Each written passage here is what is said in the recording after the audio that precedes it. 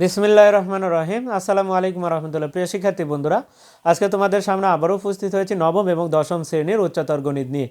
আজকে আমরা দেখব অনুশীলনী 8.2-এর 10 নম্বর প্রশ্নের সমাধান। গত ক্লাসে কিন্তু 9 নম্বর প্রশ্নের সমাধানটা দেখেছি।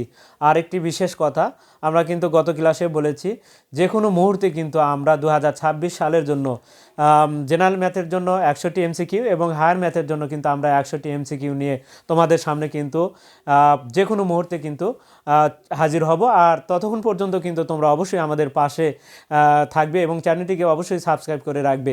যে কোনো মুহূর্তে কিন্তু আমরা 100টি এমসিকিউ জেনারেল ম্যাথের জন্য 100টি এবং হায়ার ম্যাথের জন্য আমরা 100টি এমসিকিউ নিয়ে আসবো। আর এই 100টি করে যদি এমসিকিউ দেখি, আমাদের কিন্তু 30টি মার্ক কিন্তু অনায়াসে পেয়ে যাবো। 100টির বাইরে কিন্তু একটাও তোমাকে আর পড়তে হবে না। এই 100টি এমসিকিউ যদি তুমি দেখতে পারো, তাহলে কিন্তু পরীক্ষার হলে যায় তুমি 27 থেকে 28টা প্রশ্ন তোমার সময়ের আগে কিন্তু হয়ে যাবে।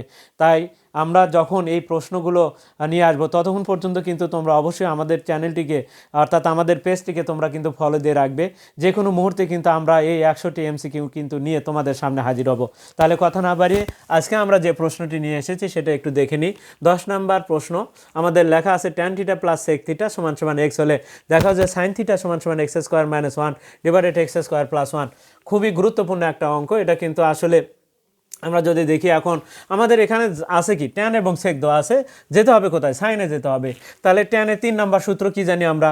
সাইন থিটা ভাগ কস থিটা জানি। সেক থিটা সমান কি জানি? 1 ভাগ কস থিটা। তাহলে সাইন আর কজে চলে যেতে পারছি।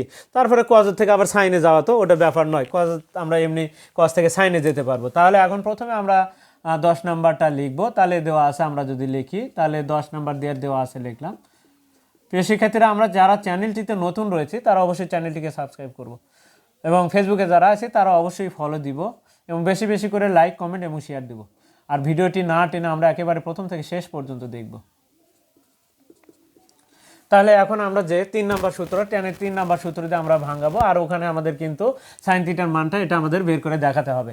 তাহলে ট্যান থিটা কী হবে? আমাদের সাইন থিটা ভাগ কস থিটা, খুব গুরুত্বপূর্ণ অঙ্ক। প্লাস সেক থিটা কি? 1 ভাগ কস থিটা সমান সমান কি আছে? এক্স। এখন আসি আমরা লসাগু করব বাম সাইডে। লব হর থাকলে লসাগু করতে হবে তোমাদেরকে। তাহলে কস থিটা লসাগু হবে। হর আর লসাগু যদি সেম হয় তাহলে সাইন থিটা ওপরে লব যা আছে তাই লিখতে হয়। তাহলে লব আছে, সাইন থিটা লিখলাম। এবার আবারও হর আর লসাগু সেম, তাহলে ওপরে 1 আছে লিখলাম। এবার সমান সমান এক্স। এবার কি করব আমরা? উভয় পক্ষে বর্গ করব আমরা। তাহলে কি হবে? বর্গ করলে আমরা অর্থাৎ ব্র্যাকেটের বাইরে 2। তাহলে আমি যদি এখন ব্র্যাকেট দিয়ে, তাহলে সাইন থিটা প্লাস 1 ডিভাইডেড কি আছে? কস থিটা, তার উপর স্কোয়ার, এখানে এক্স এর ওপরে স্কোয়ার আমরা লিখে দিলাম বর্গ করে। তোমরা লিখতে পারো উভয় পক্ষে বর্গ করে। এখন আমাদের এখানে দেখো, এই যোগের ক্ষেত্রে কিন্তু 1টা আগেও লেখা যায় আর সাইন থিটাটা পরে লেখা যায়।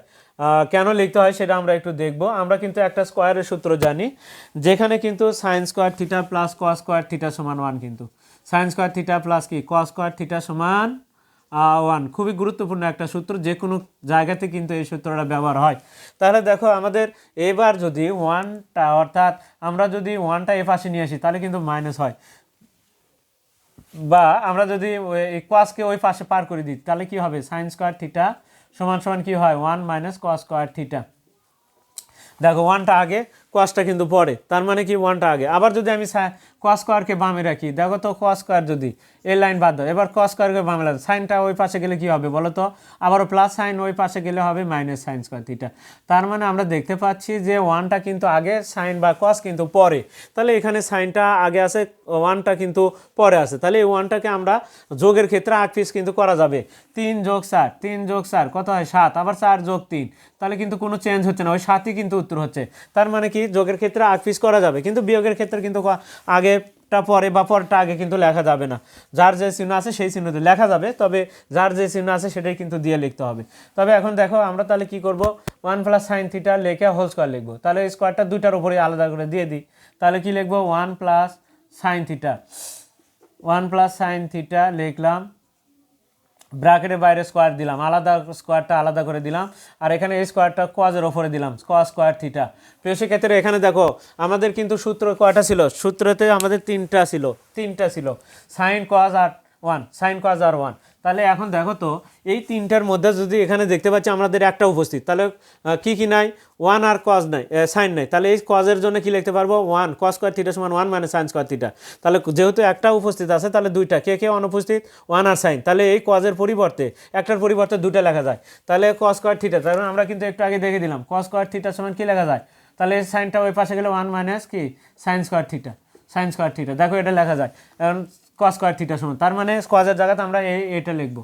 তাহলে এই তিনটার যে কোনো আমরা কিন্তু আগের যে অধ্যায়ের যে আগের অঙ্কগুলো করেছি তখন কিন্তু এই সূত্র নিয়ে আলোচনা করেছি বিস্তারিত।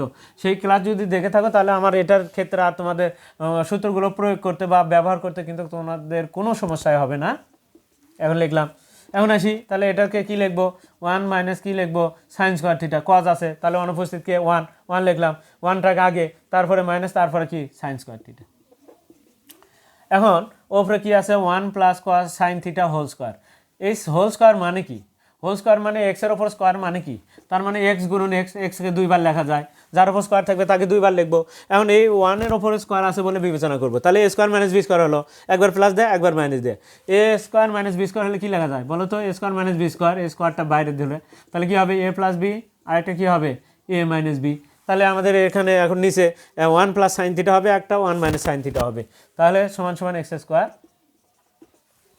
এখন দেখো তাহলে ওয়ান প্লাস সাইন থিটা আমরা দুইবার লিখবো, ওয়ান প্লাস সাইন থিটা আমরা দুইবার লিখবো, one plus sine theta whole square আছে উপরে, তাহলে ওয়ান প্লাস সাইন থিটা দুইবার লিখলাম, সাইন থিটা নিচে দেখো আমাদের এ স্কোয়ার মাইনাস বি স্কোয়ার, তাহলে ওয়ান প্লাস সাইন থিটা একটা, আরেকটা হচ্ছে ওয়ান মাইনাস সাইন থিটা সমান সমান কি এক্স স্কোয়ার। প্রিয় শিক্ষার্থীরা দেখো প্লাসেরটা কেটে যাবে, আমাদের উপরে একটা প্লাসের থাকবে নিচে একটা মাইনাসের থাকবে, তাহলে নিচের একটা মাইনাসের থাকলো। তাহলে এখন দেখো আমাদের সাইন ছাড়া কিন্তু এখন অঙ্কের ভেতরে আর কিছুই নাই, এখন আমাদের অঙ্ক এখন সাইনে সবগুলো সাইন। তাহলে কি কি থাকছে আমরা লিখি সেটা যদি দেখি তাহলে বাদ দিয়া, তাহলে ওয়ান প্লাস সাইন থিটা নিচে থাকলো আমাদের ওয়ান মাইনাস সাইন থিটা সমান সমান এক্স স্কোয়ার। এখন দেখো আমরা যদি এখন যোজন বিয়োজন করি তাহলে কিন্তু আমাদের কি হয় সেটা একটু দেখে নিই, স্কোয়ারটা বাদ পড়ছে, এখন আমরা যোজন বিয়োজন করব। তাহলে যোজন বিয়োজন কিন্তু দেখো আমরা এখন যোজন বিয়োজন করব। এখন তাহলে আমাদের যোজন বিয়োজন করতে হলে দেখো ওপরেরটাকে লবটাকে দুইবার লিখতে হবে, বড় করে টান দিলাম, বড় করে টান দিয়ে লিখবো কি ওয়ান প্লাস সাইন থিটা, ওপরেও লিখবো ওয়ান প্লাস সাইন থিটা, নিচেও লিখবো। কত সহজে কিন্তু আমরা যোজন বিয়োজন শিখেছি। দেখো আমরা কিন্তু জেনারেল ম্যাথেও কিন্তু তোমাদের যোজন বিয়োজন নিয়ে আলোচনা করেছি। এখন নিচেরটাকে যখন লিখবো প্লাস ওয়ানের চিহ্ন কি প্লাস আর সাইনের চিহ্ন মাইনাস, তাহলে মাইনাস সাইন থিটা। আর নিচে দেখো এবার যখন নিচে লিখবো তখন আমরা ওপরে যখন লিখবো দেখো লবটাকে ওপরে লিখবো নিচেও লিখবো, এবার হরটাকে আমাদের দুইবার লিখতে হবে। এবার ওপরে যখন লিখবো তখন এখানে যার চিহ্ন আছে তাই লিখবো, এখানে প্লাস আছে এখানে মাইনাস আছে তাই লিখছি, কিন্তু নিচে যখন লিখবো এটা কি আছে প্লাস, তাহলে মাইনাস ওয়ান, এটা মাইনাস আছে প্লাস সাইন থিটা।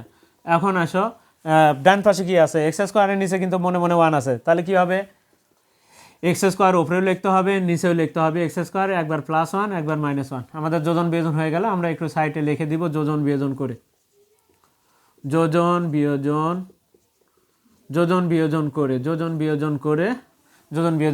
এখন আসি আমরা যোজন বিয়োজন করে নিলাম, এখন ধনাত্মক সাইন থিটা ঋণাত্মক সাইন থিটা কেটে যায়, এক যোগ করলে কত হয় দুই, নিচে দেখো এবার ওয়ান কাটবে, উপরে যেটা কাটবে সেটা নিচে কাটে না, যোজন বিয়োজনের ক্ষেত্রে দেখে নিবা তোমরা। সাইন থিটা এখানে একটা দুইটা সাইন থিটা সমান সমান কি এক্স স্কোয়ার প্লাস ওয়ান, নিচে হচ্ছে এক্স স্কোয়ার মাইনাস ওয়ান।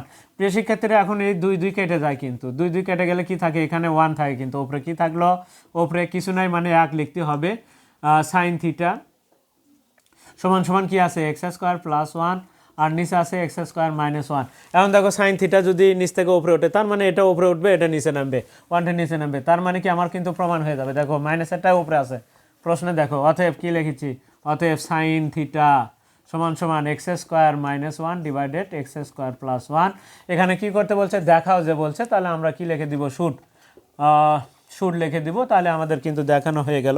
প্রিয় শিক্ষার্থীরা আমরা কিন্তু আবারও বলতেছি, আমরা কিন্তু আবারও জেনারেল ম্যাথের জন্য সাধারণ গণিত এবং উচ্চতর গণিতের 100, 200 MCQ নিয়ে কিন্তু তোমাদের সামনে যে কোনো মুহূর্তে কিন্তু উপস্থিত হতে পারি।